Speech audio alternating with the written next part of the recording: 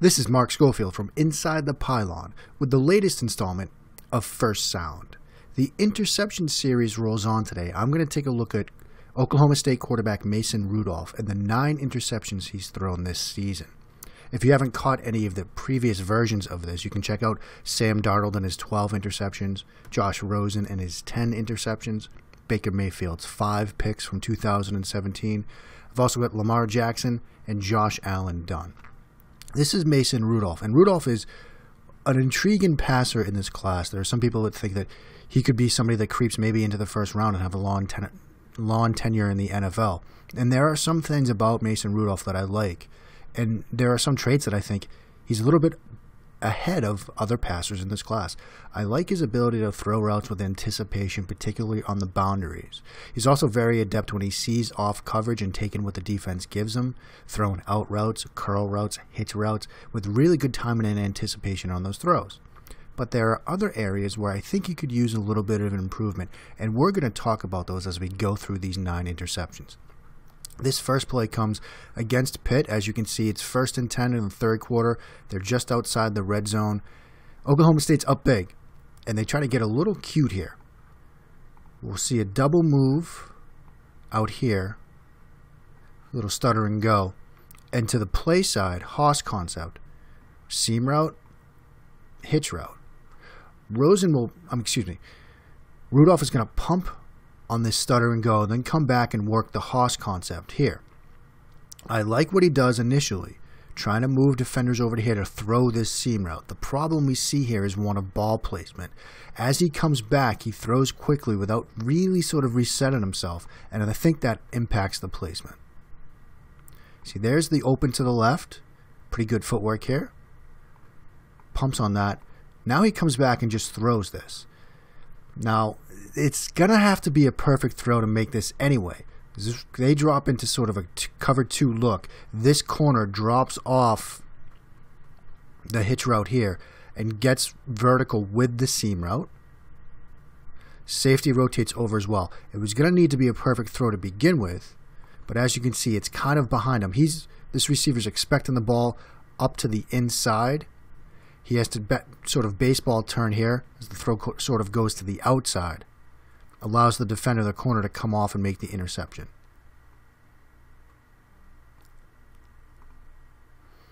Here's the route as it comes together. You see that corner is bailing to begin with. And then he comes off and is able to get under this for the turnover. I like some of the thought process here. You have to be sure of it when you wheel back around that this is still open.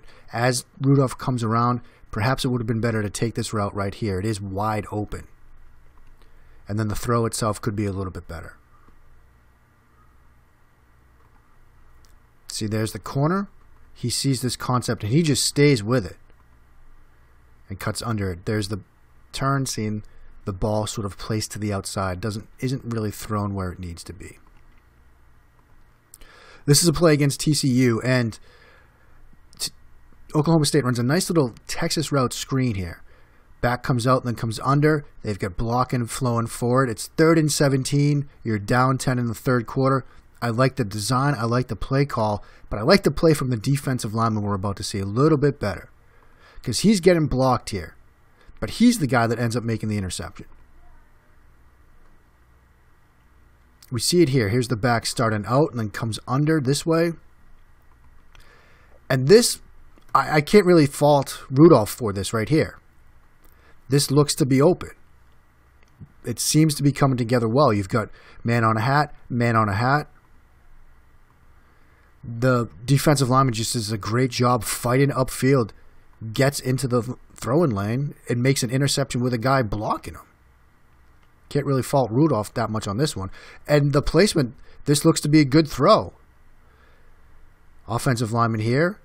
He's in good position. Here's the guy that ends up making the play. He's getting blocked, but he's just able to get himself into the path and make a one-handed interception. Sometimes you tip your hat. Here we go. Down 13, late in the game. 4th and 1. Obviously, you need a conversion to stay alive. Here's where we have to talk about the internal clock a bit. Good footwork, good drop depth. At this point, I think he can make a throw. You have this curl route that's going to break open here. He can pull the trigger and throw this right here and pick up the first down. Obviously, you need to worry about this linebacker, but that's a short throw. You can deliver this with enough velocity to get it around him. But he waits on that, and now it allows the defender here to break on this and cover that route. Now the next decision he can make, throw to the running back on this check down. He's going to have some space working towards this way. You can throw that as well. But time's running out. This edge defender is about to make a play on you. You need to make a decision. The decision he eventually wants to make, he's got a receiver here who's covered. He expects him to pivot and go upfield, and he wants to take a deep shot. Again, remember the situation. It's 4th and 1. You've already passed on this route, which was open. Now here, as he's climbing to throw this adjusted scramble drill route, the back's breaking open. We'll see it from the end zone view in a second, but you can throw this guy open a little bit. Just put a pass right here, lead him this way. This is the way he's drifting, and you'll get the first down and stay alive. See, this is open. Quick little throw, you can get the first down. But now, there's that edge defender. While he's waiting for this magic to happen, he's running out of time. And eventually, he runs out. He gets hit as the ball pops out, and it's intercepted. See, now is too late to throw this route. This is the first route. As he starts to climb that defender, he's obscured by the receiver, but there's a defender right on him now, so he can't throw that. That's closed to him. This is now where I think he should go, because it's 4th and 1. You just got to get the first down. Because what he wants to do right here, he wants him to pivot and go upfield. That's the route he wants to throw. And this is the move. You'll see the defender start to spin and go. So it might be open, but you've run out of time here. And there's this guy, the running back, the check down, open for the first down. So in this situation, I think it's a matter of his internal clock. He needs to speed it up, understand the situation a little bit better. And again, as he hits his depth right here, this route's open. He can anticipate it well here. He has good anticipation on routes to the boundary. This is an area I'd like to see a little bit of improvement on. Anticipation on routes sort of over the middle, attacking the middle of the field, because that's going to be open. But as he climbs, the defender now was playing off a bit. He sees the route breaking over the middle. He forecloses that option. Then you got to come here. This adjusted scramble drill route, it would have been great if he could have hit it, but time's running out.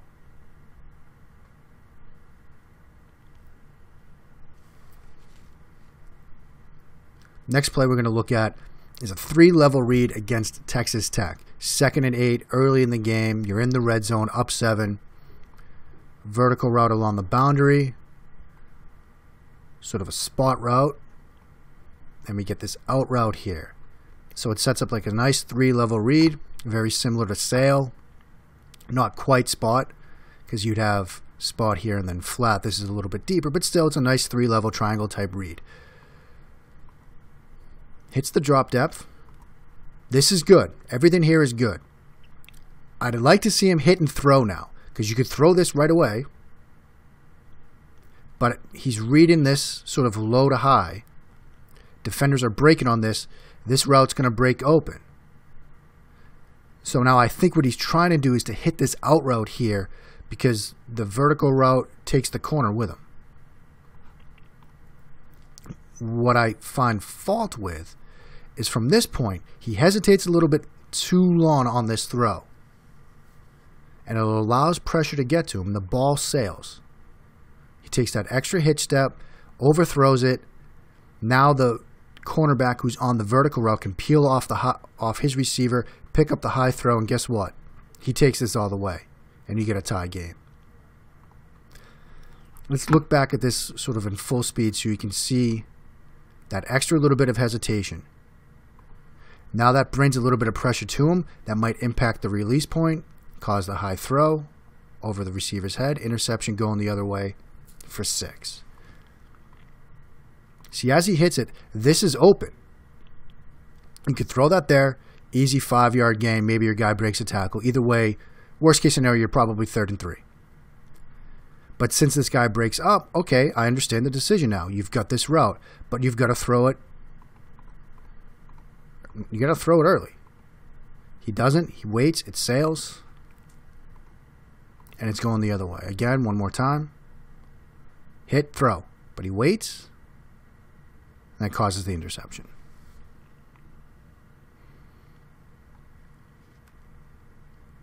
So I like what he was trying to do. Just need a little bit better ball placement on it. This is a game against West Virginia. This is played in the rain. Rudolph has a pretty good game in this one. And I like a lot of what he does here, but you need to finish the throw. It's 2nd and 10. You're up 13. Run a little blitz here. West Virginia does. This guy comes. Rudolph does a really good job of feeling pressure and sort of climbing and sliding to his right away from it. But he needs to finish the throw. Boot, wheel away. He'll have this route. See, there's the pressure. Does a nice job sort of giving himself time to get away from the pressure and make the throw, but just doesn't get enough on it. The defender cuts under it, going the other way for 6. You'll see it here. There's the blitz coming. He feels it really nicely. I like the way he feels the pressure on the backside, gets himself some space to make this throw by climbing and sliding. Nice footwork here to get himself into position to make the throw. Just doesn't get enough on it. Just kind of, floats it out there a bit, and it's intercepted. So just finish the throw there. I think that was the issue on that play. Finish the throw, make a stronger throw. He's got time and space to do it, and if he does, that's a really nice play. But I like everything up to the release point.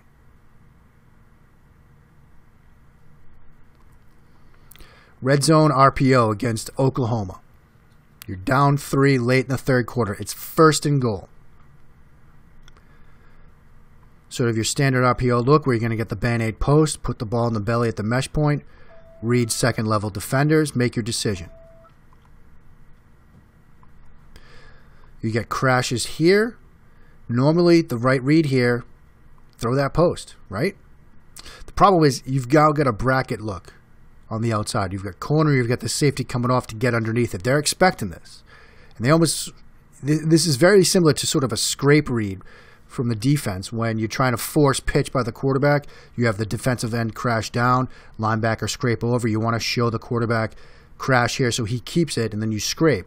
This is kind of similar to that where these guys all crash, he comes off. Try to get under it to take that away because he's reading these guys, so he's going to pull and throw. And you try to get this guy under it, and that's exactly what happens. See, he comes up and looks at it. 2-on-1.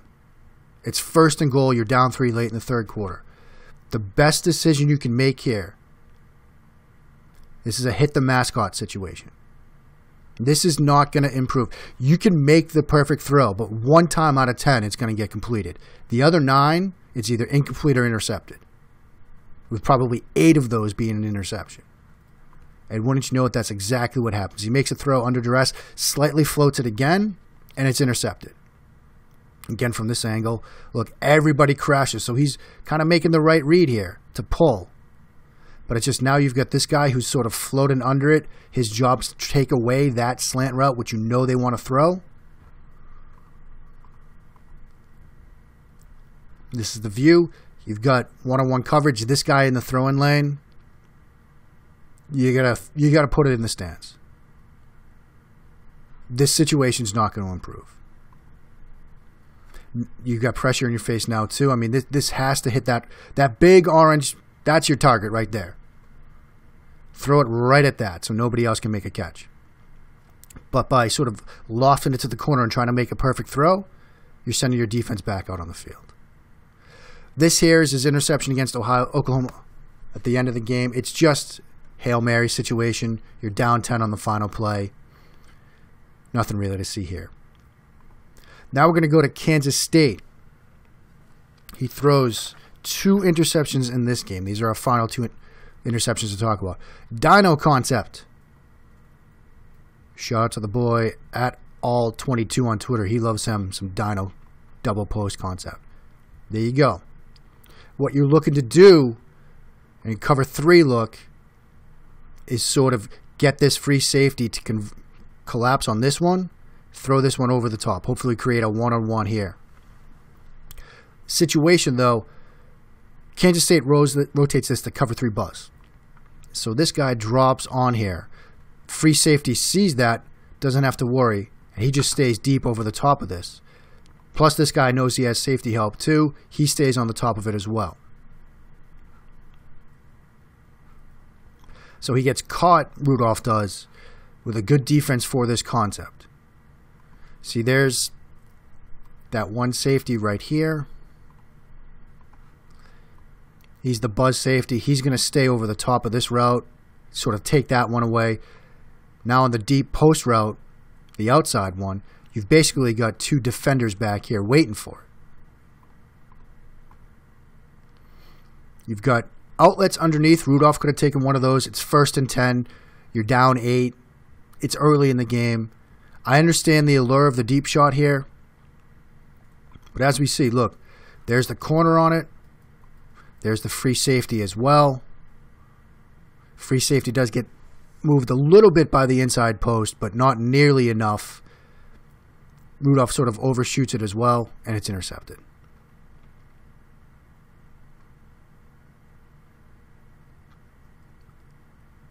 There's another look at it. See, there's that buzz defender.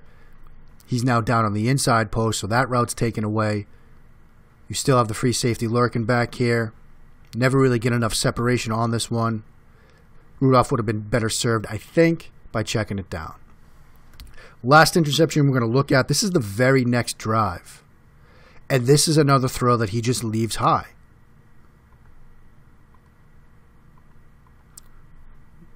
Out route from the inside. Sort of post route here. He's got the look he wants. This post route's open. It's 2nd and 20. Just throw it in there. But he airmails it. And it's intercepted by the safety over the top. It's not the only time we've seen him airmail throw. And that was one of the concerns I had with Rudolph sort of coming into this season was sometimes he leaves throws high, particularly when he's attacking the middle of the field. And the release point, everything mechanically looks pretty good. It's just for some reason the throw gets left high. I don't know if he's worried about that underneath defender and trying to get it over him too much. That could be it. But the end result is this. The throw is high, the pass is intercepted, and it's going the other way. So Rudolph, again, he's a very intriguing prospect in this class. I don't want to say he's flying under the radar right now because people are definitely studying him and doing the work on him, and he just had a very good bowl game. But with other guys in the class that are commanding a lot more attention, it seems like Rudolph's sort of lingering out there for teams to really dive into, particularly down in Mobile, where we're going to get to see him, up against guys like Baker Mayfield and some other guys in this class. I'm very interested to see, how the ball comes out of his hand in person, what he looks like down there, the kind of quarterback that can do a little bit more in terms of attack in the middle of the field. That's an area I'd like to see him grow. And as we saw going through some of these interceptions, there are issues with some ball placement. Sometimes you get caught, that throw on the dino route, he could have gone elsewhere. Anticipation over the middle of the field, that interception that he threw against TCU late in that game on that 4th and 1, there was a chance where he could have made a play over the middle with anticipation, but he didn't do that. So he'll need to speed things up. All young quarterbacks do, but there are some things to like. And so if you're a fan of Mason Rudolph, if you're a fan of a team that's intrigued by Mason Rudolph, there are some things to like there. And so these are just some of the things that I saw during these 9 interceptions. As you go through and do your own work on Mason Rudolph, maybe you'll see similar things, maybe you'll see different things, but we can all learn about him going forward together. Thanks for watching this installment of First Sound. Again, you can check out the rest of these over at youtube.com/InsideThePylon. Got them done on Sam Darnold, Josh Rosen, Baker Mayfield, Lamar Jackson, Josh Allen, and now Mason Rudolph. We'll get to some of the other guys soon. Thanks as always for watching, and we'll see you on the next one.